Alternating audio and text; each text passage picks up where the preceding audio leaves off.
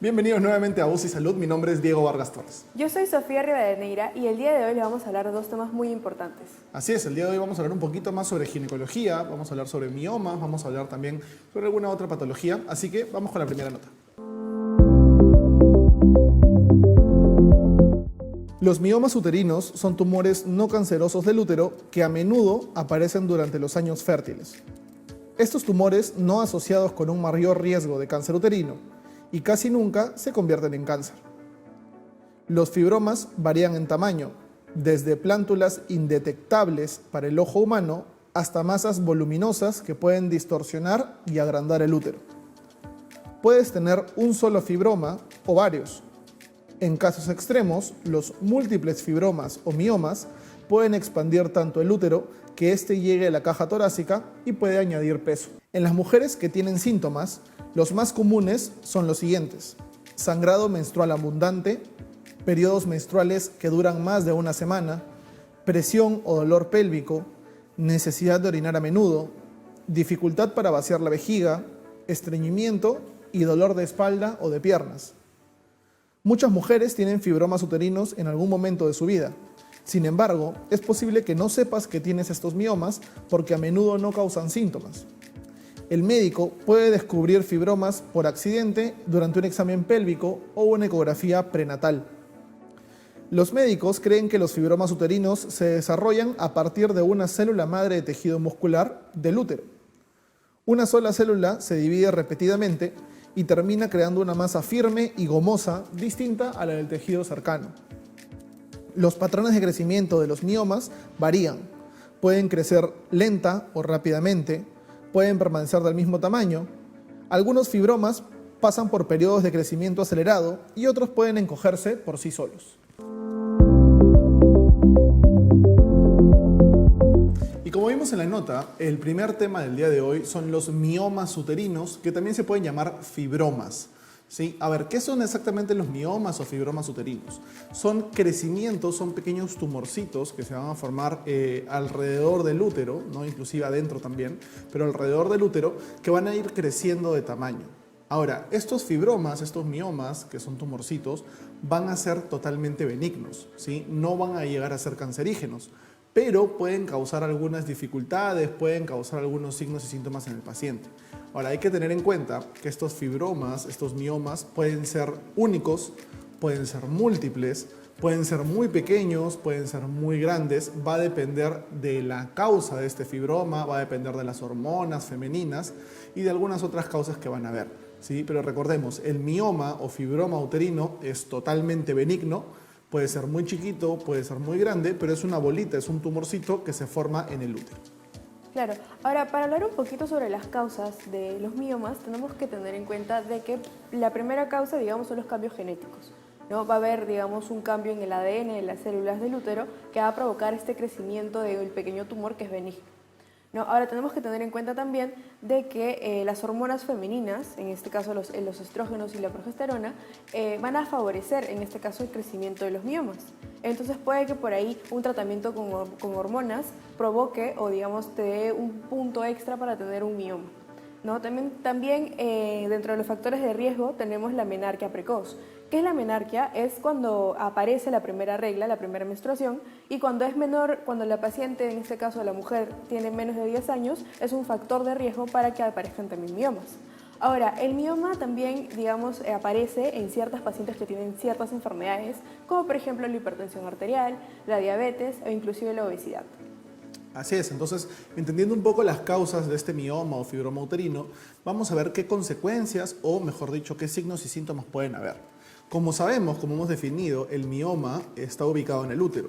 Por lo tanto, va a haber algunos síntomas uterinos netamente en la mujer. Primero que nada, puede haber sangrado entre periodos menstruales. Todos sabemos que las mujeres sangran aproximadamente entre 4 y 7 días cada 28 a 35 días aproximadamente. Entonces, cualquier sangrado que haya entre ambos periodos menstruales va a ser un síntoma o un signo de un fibroma o un mioma. Obviamente puede tener otras etiologías, otras causas, pero también se puede abocar a esto, al mioma. ¿Qué más va a pasar? Van a haber periodos de menstruación muy largos, ¿no? Como dijimos, generalmente la mujer menstrua entre 4 y 7 días, ¿no? La mujer fértil. Ahora, pueden haber sangrados por miomas que se extiendan hasta 10 días, que se extiendan por 12 días. Y también es una causa el mioma.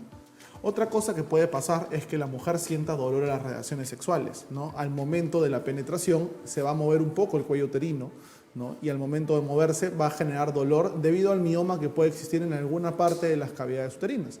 También es una parte o un signo o síntoma que se desarrolla en la miomatosis o en el mioma uterino, ¿no? Entonces, recordando un poquito, el mioma es este pequeño tumorcito que se encuentra dentro del útero, ¿cierto? Ahora, este tumorcito es completamente benigno y puede ser muy pequeño o puede ser bastante grande.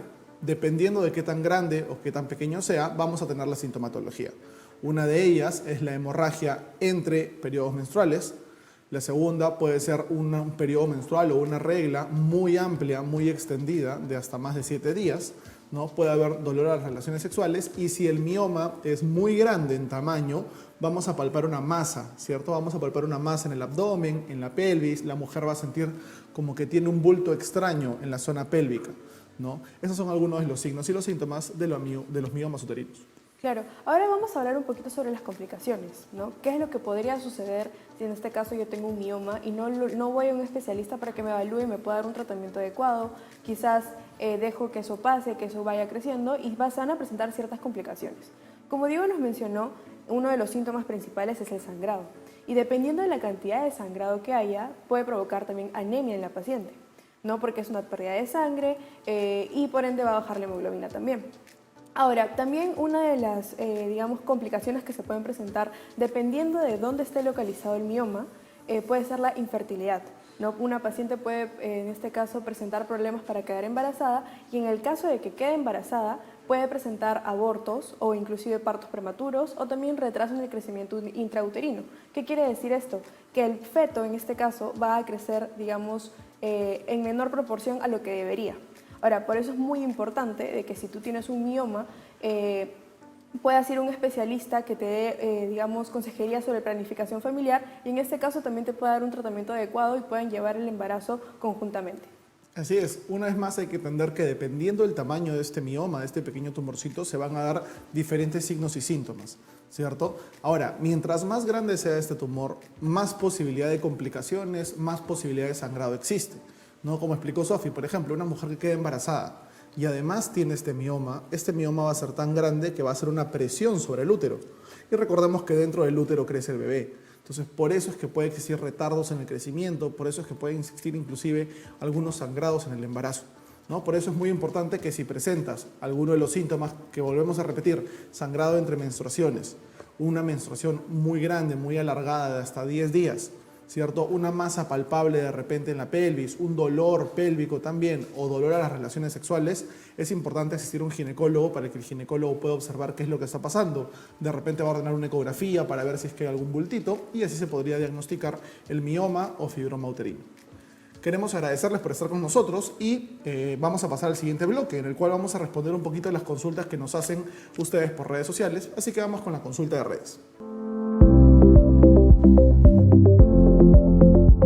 Bien, antes de empezar con las preguntas, como siempre queremos agradecer a todas las personas que nos escriben sus consultas. Recuerden que nos encuentran en Facebook y en Instagram como UCI Salud. La primera pregunta que tenemos para este tema es, ¿se relaciona con otra afección? Bien, el mioma crece por sí solo, pero se ve afectado por hormonas, ¿cierto? Las hormonas van a tener una gran causalidad en los miomas o en los fibromas uterinos, ¿cierto? Entonces, mientras más exposición hayan a hormonas, el mioma va a crecer cada vez más. Entonces, los métodos anticonceptivos se pueden relacionar con esto. Ahora, la menstruación, como vimos, se va a ver alterada por estos miomas, así que también hay que tenerlo en cuenta. Otra causa de miomas que puede existir o otro factor que pueda agregarse a los miomas puede ser el síndrome ovario poliquístico, ¿no? Que va a generar una cascada de hormonas un poquito más grande también y el mioma puede inclusive crecer más. Ahora, Netamente hablando de las complicaciones, las hemorragias, la anemia también se va a ver comprometida o se va a ver vista en estos miomas, ¿no? Si el mioma es muy grande y sangra mucho, la paciente va a perder mucha sangre y puede empezar a anemizarse, ¿cierto? Puede empezar con anemia.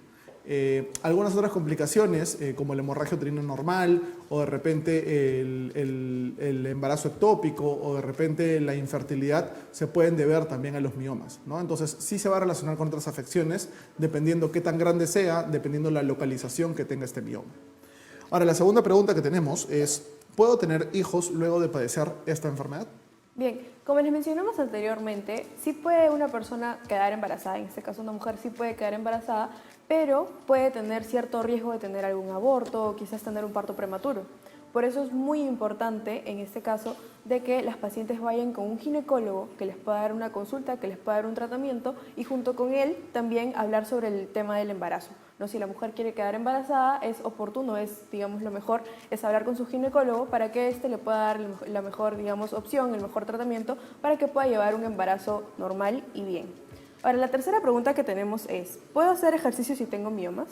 Bien, recordemos nuevamente que las complicaciones de los miomas o los signos y los síntomas van a depender de qué tan grande sea este y en qué parte del útero esté ubicado. Si es un mioma pequeño, que no moleste mucho, que no cause síntomas a la paciente y que se halla incidentalmente, ¿no? sin tener ningún síntoma, ningún sangrado, la persona va a poder hacer su ejercicio normalmente, sin ningún problema. Sin embargo, mientras más se vaya complicando este mioma, mientras más grande crezca o de repente esté en una localización un poco más, digamos, que comprometa más al útero, va a haber cierto dolor al hacer el ejercicio, a la movilización. Entonces eso va a limitar un poco a la paciente, ¿cierto? Pero en general, si el ejercicio no molesta, si el ejercicio no fastidia, si no es un ejercicio excesivo tampoco, puede hacer normalmente el deporte sin ningún problema. Sin embargo, hay que ver la comodidad y el dolor que puede presentar la paciente. Gracias a todos los que nos escriben por las redes sociales. Recuerden que estamos en Facebook y en Instagram como UCI Salud y pueden hacernos sus consultas por ahí sobre los temas de la semana y encantados los vamos a responder dentro del programa. Pero ahora vamos a ir a una pausa y después del corte vamos a regresar con un especialista, un médico ginecólogo, el cual nos va a ayudar un poquito a ver más sobre el tema de la miomatosis o del mioma uterino. Así que nos vemos después de la pausa.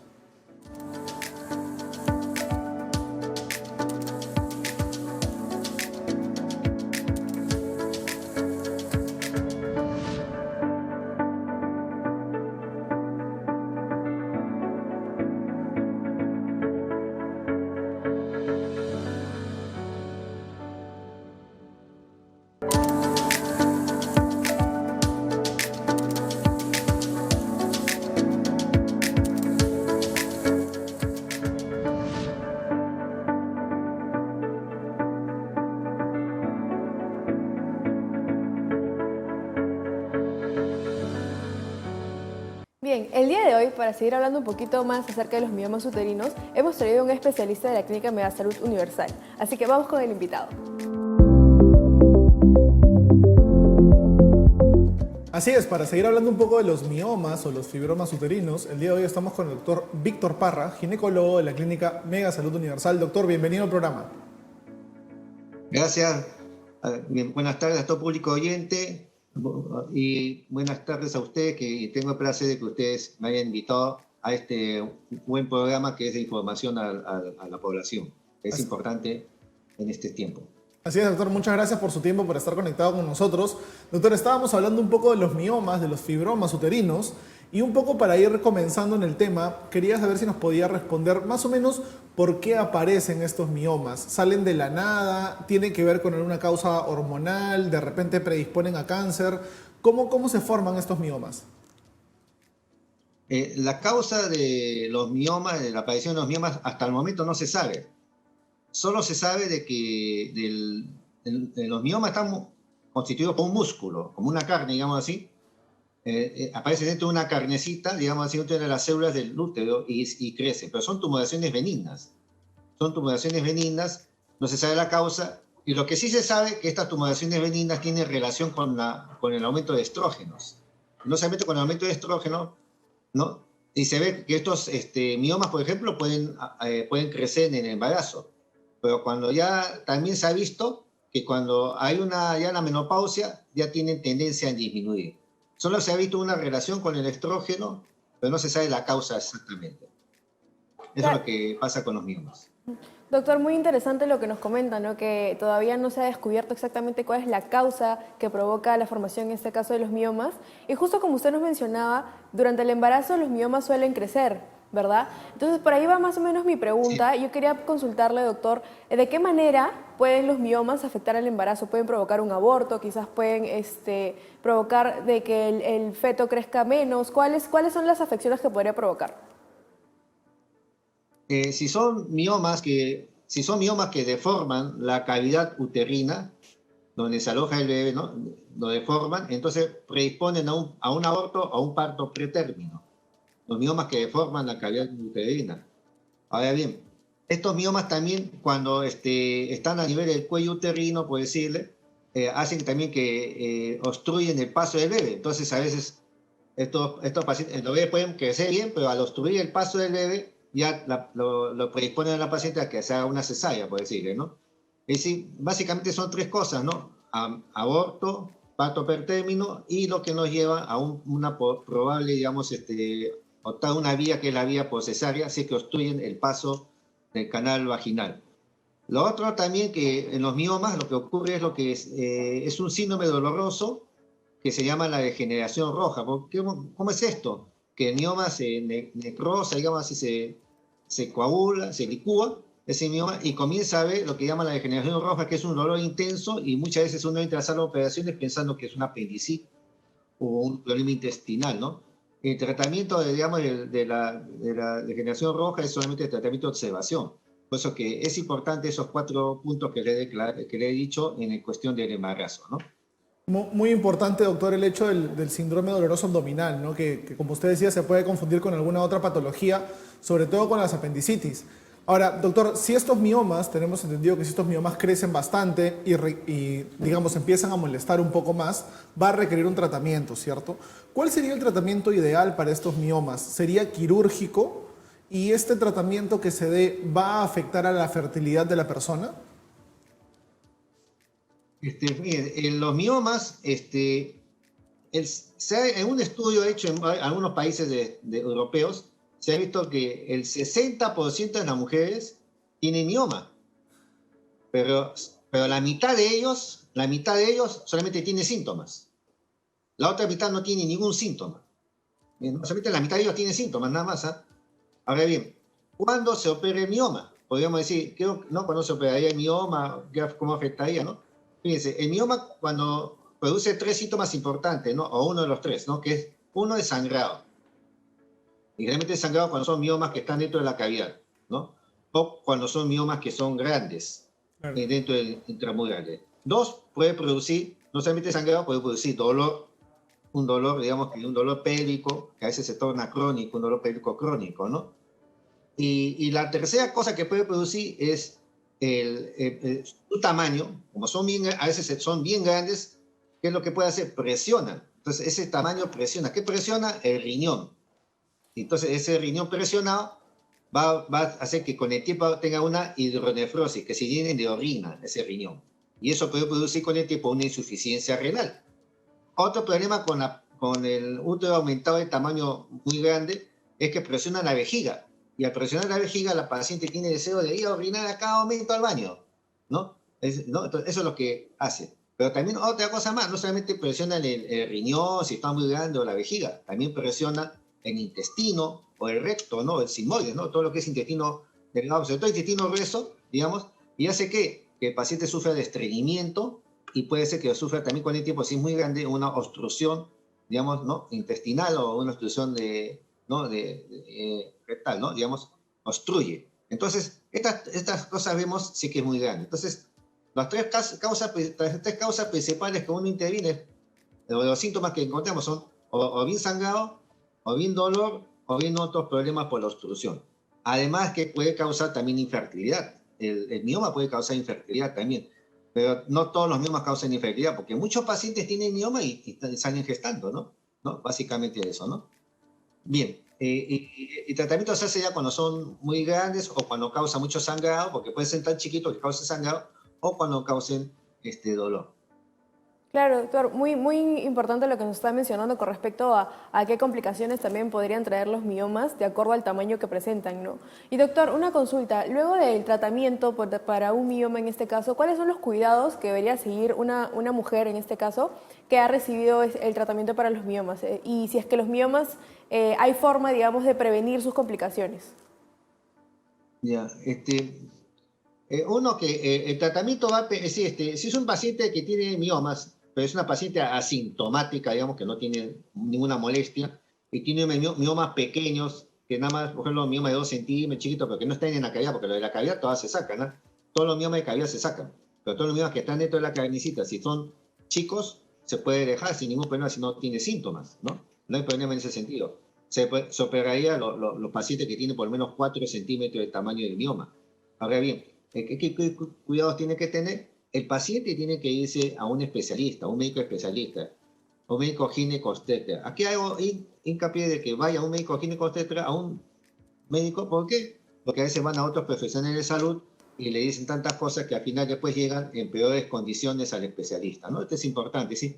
La paciente tiene que ir a un médico especialista, ginecobstetra, para que determine exactamente cuál es la afectación que tiene este mioma, su tamaño, y tiene que hablar 3 cosas con él, hablar 3 cosas. Uno, tiene que ver la edad del paciente para el tratamiento. Otro tiene que ver el deseo de gestar. Y otro tiene que ver ya también la habilidad del cirujano, del ginecobstetra, qué operación va a hacer, ¿no? Si es que se va a operar. Entonces, esos son los cuidados. La otra cosa, se dice que cuando hay más obesidad, hay más aumento del mioma. Hay trabajos que dicen que la obesidad tiene relación con el mioma. Entonces, se le dice al paciente que haga su dieta, que es importante, ¿no? Que haga su dieta porque, aunque no todos los trabajos lo dicen, un buen grupo de trabajo relaciona la obesidad con el mioma, básicamente, ¿no?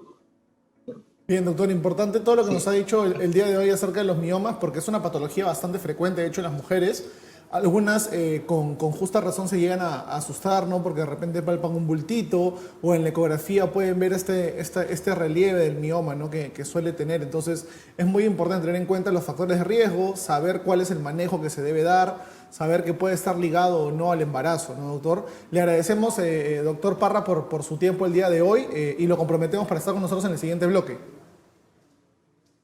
Ya, muy bien. Gracias a ustedes. Gracias a ustedes por llegar a nuestra población, que es importante la información. Y esto, yo realmente felicito a este programa porque es una ventana para la cultura, para la cultura en cuanto a salud de nuestros pacientes, ¿no? Porque es importante estos programas que realmente escasean en otros medios de comunicación. Así que felicito a ustedes por este programa. Muy amable. Gracias. Gracias, doctor, muy amable por sus palabras. Y ahora vamos a pasar a la siguiente parte del programa, el siguiente bloque que tenemos, y es que vamos a hablar un poquito de la pandemia, ¿no? Como todos los días vamos a hablar un poco de COVID, algunos tips, algunas cositas que tenemos que saber sobre esto, así que vamos con nuestro bloque COVID. Bien, para el bloque COVID del día de hoy tenemos una pregunta muy importante. ¿De qué manera puedo ir al supermercado y hacer mis compras de forma segura? Bien, esta es una pregunta muy interesante y muy importante también, porque cuando uno va al supermercado se va a encontrar con mucha gente, ¿no? Actualmente hay muchas personas que están yendo a comprar a los supermercados y ya tratando de llevar una vida más normal, pero lo importante es que siempre mantengas tus equipos de protección personal, ¿no? Tanto la mascarilla, si es posible, idealmente tu protector facial también. ¿Tú crees, Diego, que el uso de guantes sea necesario? Eso va a depender mucho, es muy controversial, ¿no? Porque uno, no sabemos utilizar de forma correcta los guantes, ¿no? Porque imaginemos que los usemos todo el día, nos ponemos en contacto con distintas superficies y a la hora de quitarlos, igual los quitamos con la mano, ¿no? Entonces tiene una manera especial de descartar y hay una manipulación de los guantes que es especial. Por lo tanto, no conviene tanto usar los guantes. Sin embargo, como tú mencionas, el usar el EPP o el equipo de protección personal es muy importante, la mascarilla y también el protector facial. Ahora, también en la parte cuando nosotros vamos a comprar hay carritos, ¿cierto? ¿Qué sería lo ideal de hacer con estos carritos? Claro, exactamente. Lo ideal es que, bueno, siempre andes o trates de andar con una botellita de alcohol que puedas utilizar para desinfectar, digamos, las superficies con las que vas a entrar en contacto, ¿no? En este caso, por ejemplo, los carritos, idealmente tendrías que desinfectar los mangos de los carritos o quizás los mangos de las canastillas, ¿no? Porque tienes que recordar que no solamente lo estás cogiendo tú, sino también lo están cogiendo las demás personas que están acudiendo al supermercado. De ahí, ¿qué otro tipo de cuidados también deberías tener ya cuando estás, por ejemplo, no sé, en un pasadizo y hay muchas personas? Claro, eso es importante porque Si bien es cierto el aforo es limitado, igual nos podemos acumular todos en un pasillo, ¿no? Lo importante, mantener tu metro de distancia tanto hacia adelante como hacia atrás y hacia los costados, ¿no? Si ves que de repente un pasadizo está muy lleno, hay que esperar, nos vamos al otro y después regresamos, ¿no? Siempre con cuidado al momento de hacer la cola para la caja también, ¿no? Porque se amontonan todos. Yo veo varios supermercados en los cuales hay, digamos, algunas calcomanías en el piso que están marcadas para poder mantener un orden correcto, ¿no? Y cuando llegas a la casa, ya con las compras hechas, ¿qué es lo adecuado? ¿Tenemos que rociarlas con alcohol, lavarlas con lejía? ¿Cómo se hace? Claro, idealmente tratarías de desinfectarlo un poco con alcohol, sí, pero también podrías guardar en este caso todos los utensilios que has comprado, ¿no? Ya sea, por ejemplo, una caja de cereal, una caja de leche. Entonces, al momento de guardarlas, lo ideal es de que posterior a esto te laves las manos, ¿no? Hay que tener en cuenta que cuando vas a ingresar a tu casa tienes que desinfectar la planta de tus zapatos, tienes que cambiarte de ropa y tienes que lavarte las manos. Luego de haber guardado todos los productos que has comprado, también es importante de que te vuelvas a lavar las manos, ¿no? Aquí, digamos, el lavado de manos juega un rol muy, pero muy importante en el tema de los contagios y de la contracción de la infección. Así es, así que con esos tips ya estamos listos para ir a hacer compras de manera segura, ¿no? Y siempre recordando uno por familia, ¿sí? No hay que entrar de a dos, de tres al supermercado, solamente uno por familia. Así que ya sabemos, para tener unas compras mucho más seguras. Ahora vamos a ir a un corte y después de la pausa vamos a continuar con una nueva enfermedad, una nueva patología ginecológica para seguir conversando. Así que nos vemos después de la pausa.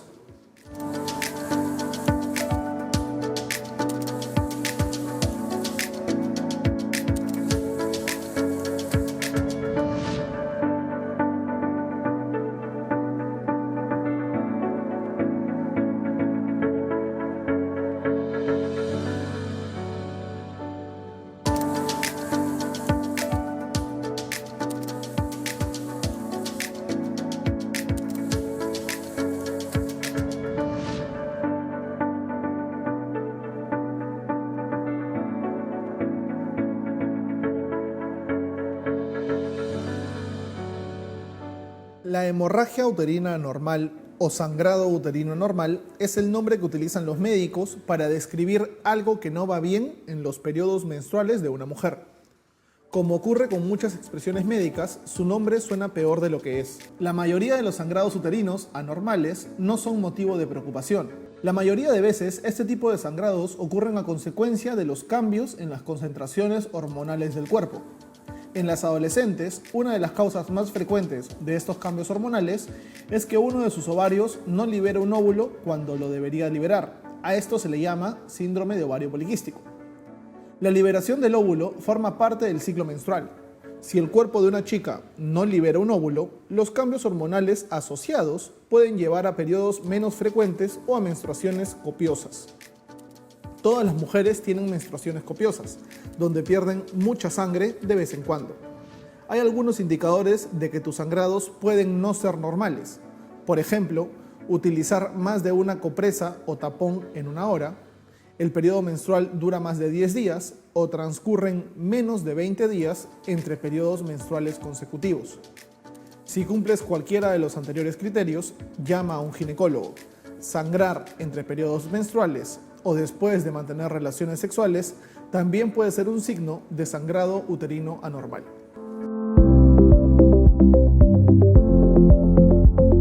Bien, antes de saber más o menos qué es el sangrado uterino anormal, les voy a explicar cuál es el ciclo menstrual, digamos, normal de una mujer, ¿no? El ciclo menstrual dura desde más o menos 21 días a 35 días. ¿Y cómo lo contamos? Desde el primer día de la menstruación, de la regla. Entonces, la regla va a durar entre aproximadamente 4 o 7 días, esto va a depender de cada paciente, y el sangrado uterino anormal sucede cuando hay un sangrado, valga la redundancia, entre cada menstruación. Es decir, no corresponde a tu fecha de menstruación, pero sin embargo hay un sangrado. El sangrado puede ser, digamos, de un flujo bastante o, en este caso, un flujo pequeño. Ahora, este sangrado uterino normal que se desarrolla entre menstruaciones va a tener diferentes causas, va a tener diferentes razones. ¿Qué es lo que va a pasar? Normalmente el ciclo menstrual lógicamente tiene una serie de hormonas, ¿no? Y cada hormona está regulada, cada hormona tiene su momento y tiene su cantidad específica. Ahora, por alguna razón, y ahí es donde vienen diferentes causas, esta exposición a hormonas va a ser mayor ¿no? Va a ser mayor y por alguna razón, donde vienen las causas que vamos a explicar en un ratito, la persona va a empezar a sangrar más, ¿cierto? Ahora, ¿cuáles son las causas principales de la hemorragia uterina normal? Va a depender de la edad de presentación. Generalmente, la hemorragia uterina normal se da en personas mayores de 45 años, pero existe hasta un 20% de personas adolescentes que padecen de hemorragia uterina normal. Entonces, en las adolescentes, la causa principal de hemorragia uterina normal son dos. Primero, el embarazo y número dos, el síndrome de ovario poliquístico. ¿Sí? Son las dos causas más frecuentes de una hemorragia uterina normal. Sin embargo, en mujeres mayores de 45 años ya empiezan a variar un poco las causas. Podemos hablar de fibromas o miomas uterinos, podemos hablar de una persona que está entrando a la menopausia, podemos hablar de una persona que de repente tiene un cáncer también de ovario, ¿no? Entonces empiezan a variar las distintas causas dependiendo la edad que tenga la paciente.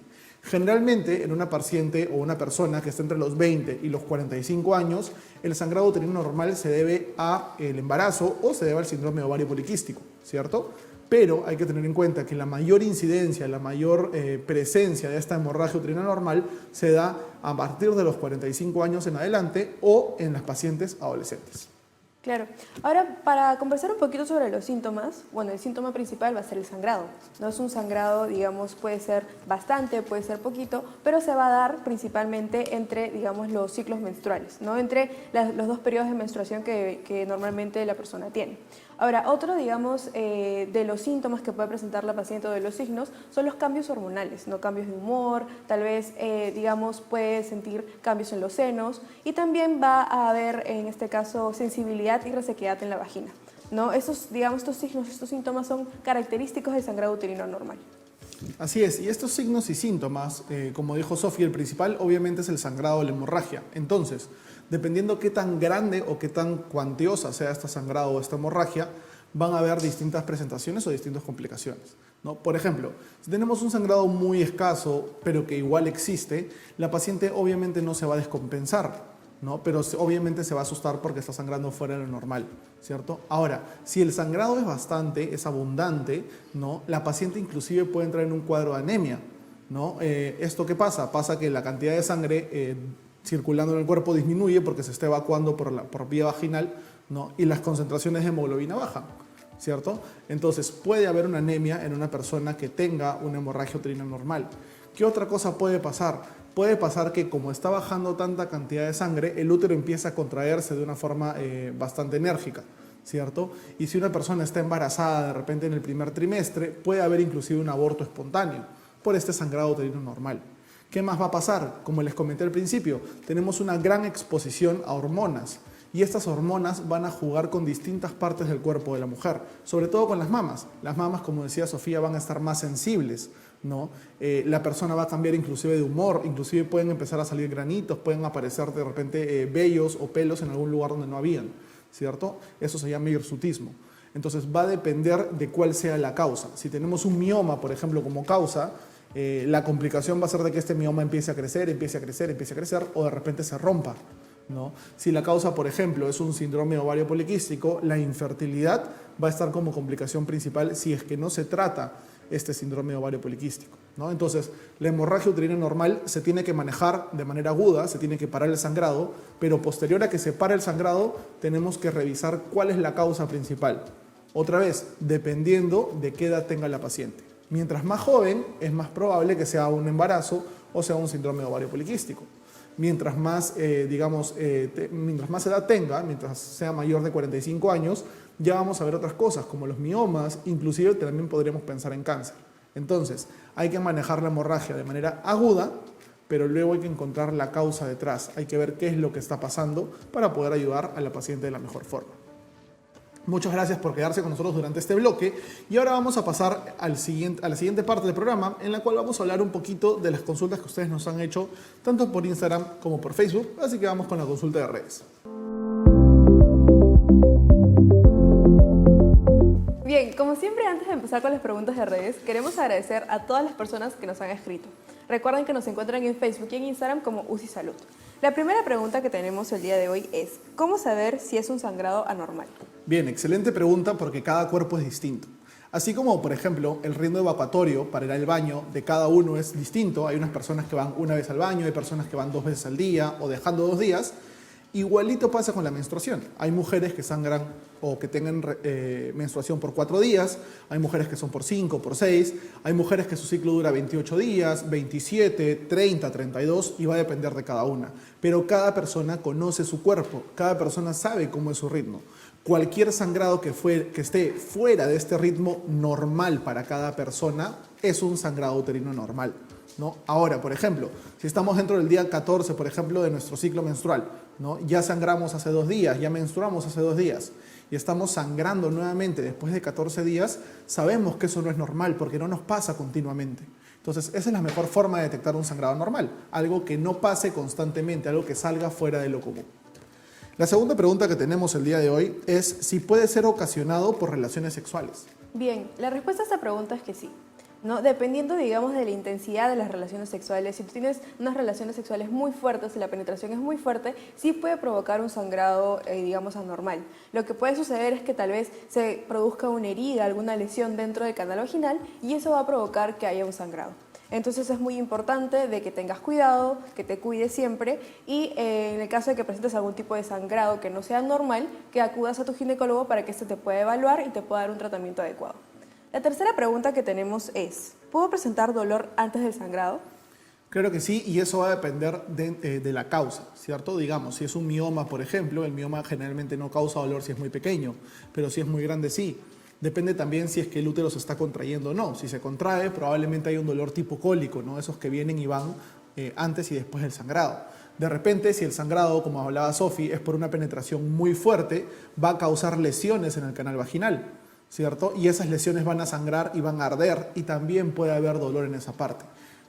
Puede haber dolor en la hemorragia uterina normal, pero va a depender netamente de la causa de esta. Va a depender de por qué está sangrando el útero o el cuello vaginal también. Gracias a todos por escribirnos. Recuerden que estamos en Instagram y en Facebook como UCI Salud y estamos prestos a resolver todas sus dudas cada vez que ustedes deseen.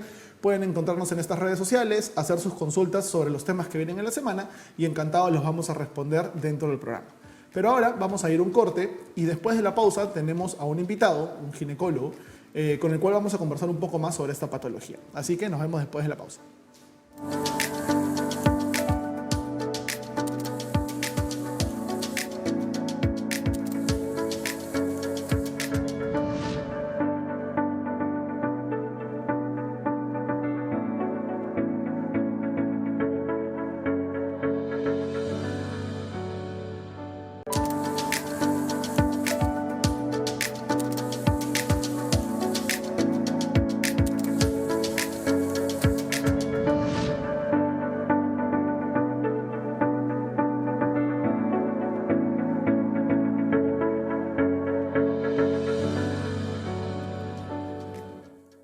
Bienvenidos de nuevo a UCI Salud y para seguir hablando un poquito más del sangrado uterino normal o de la hemorragia uterina normal, hemos traído a un especialista para conversar de eso, así que vamos con el invitado.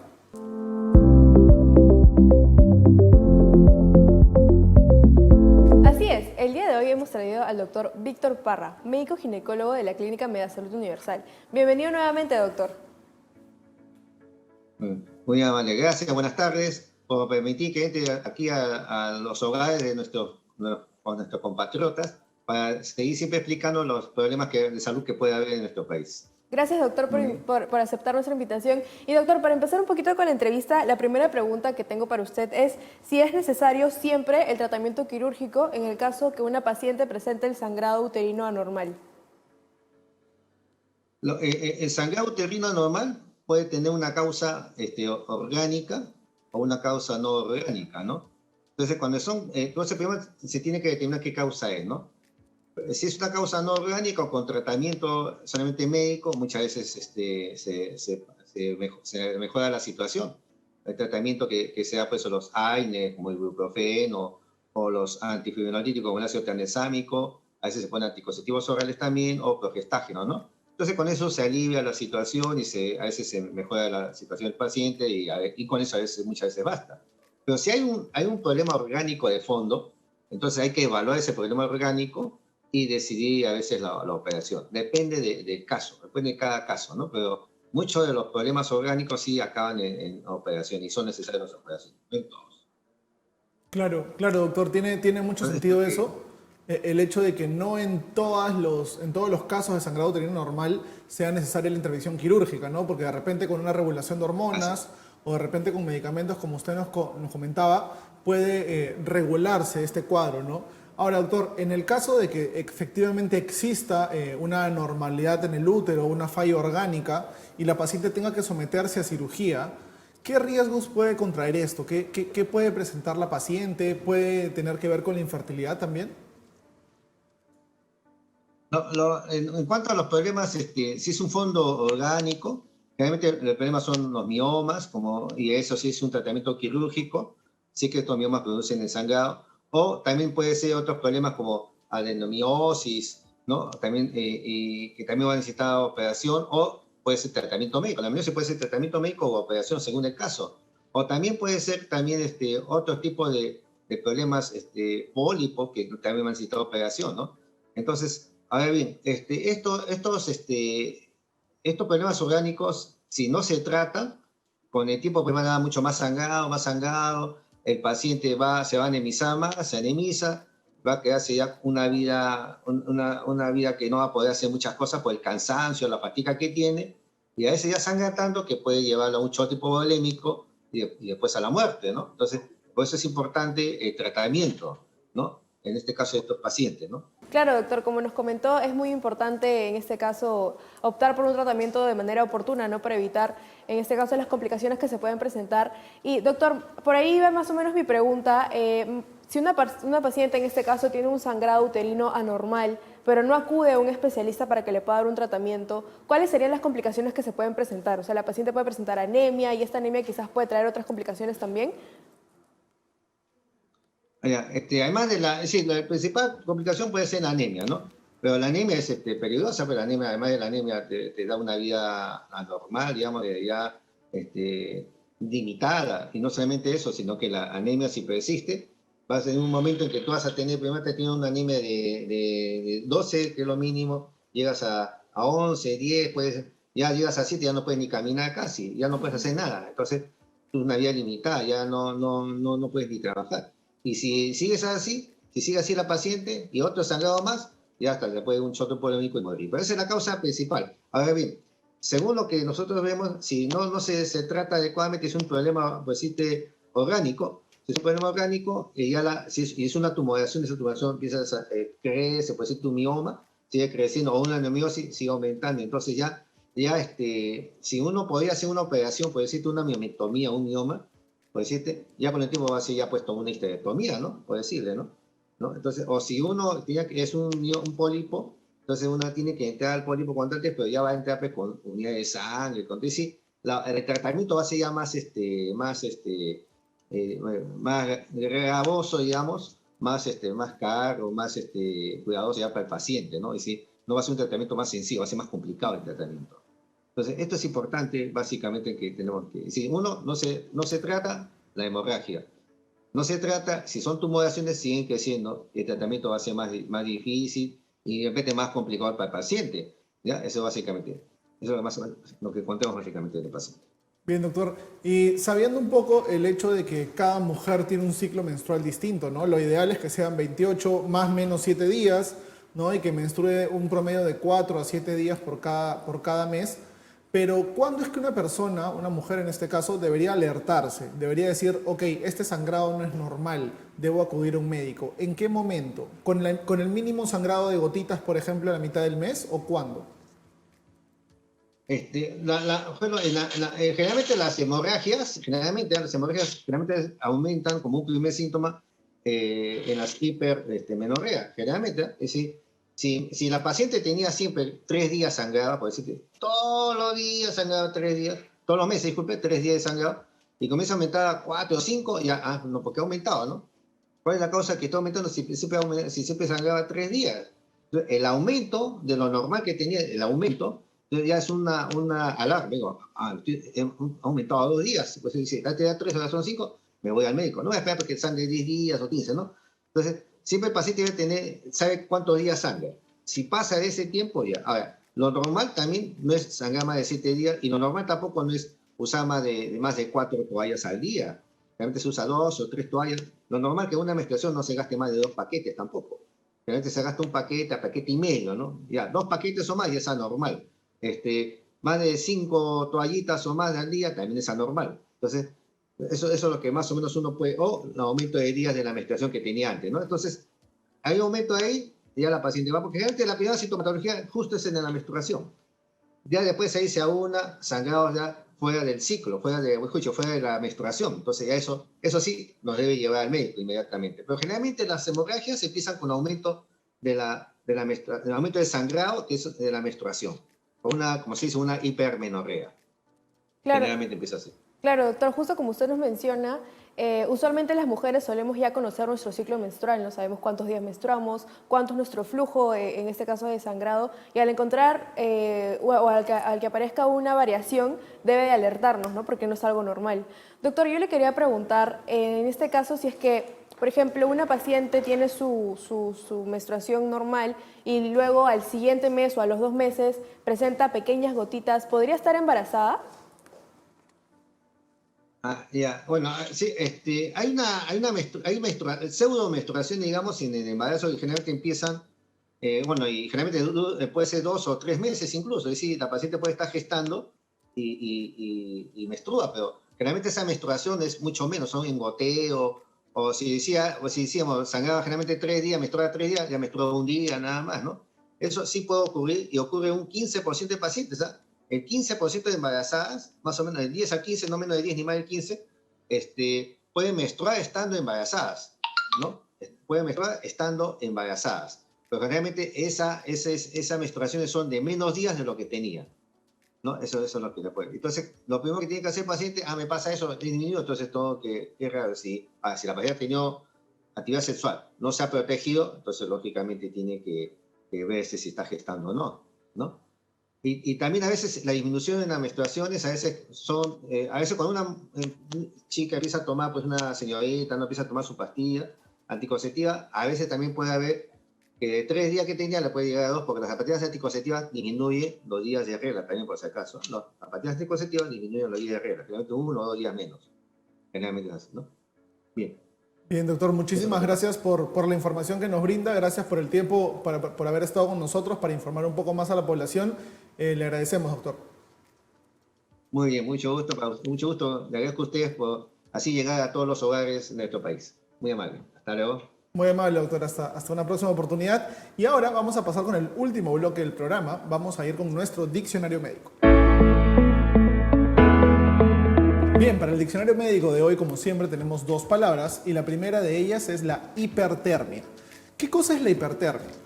Hay algunos autores que van a definir la hipertermia como un sinónimo de fiebre, ¿sí? Pero hay algunos que no, van a haber algunas variantes. Para términos sencillos, la hipertermia es cuando la temperatura corporal, es decir, la temperatura en el cuerpo, va a ser mayor a 37.5 grados centígrados, ¿sí? Ahora, eso va a depender y va a variar según dónde tomes la temperatura, porque no es lo mismo tomar la temperatura, por ejemplo, con un sensor infrarrojo en la cabeza, o en el cuello, en las muñecas, o de repente tomar la temperatura también con los termómetros de mercurio en la boca o en la axila. Dependiendo, y mientras más cerca estén al tronco, la temperatura va a ser más exacta, ¿sí? Entonces, hipertermia es un aumento de la temperatura del cuerpo mayor a 37.5 grados.